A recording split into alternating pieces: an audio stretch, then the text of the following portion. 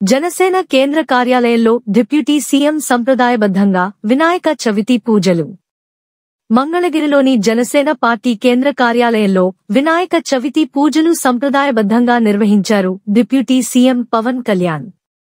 విఘ్నేశ్వరుడి కరుణాకటాక్షాలతో ప్రతి కుటుంబం సుఖసంతోషాలతో గడపాలని, విజయాలు సిద్ధించాలని Pawan Kalyan అభిలషించారు.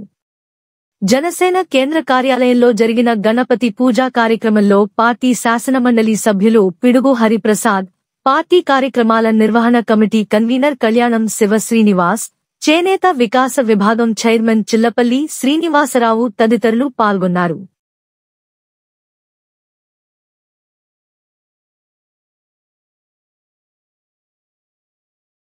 The mad reporter.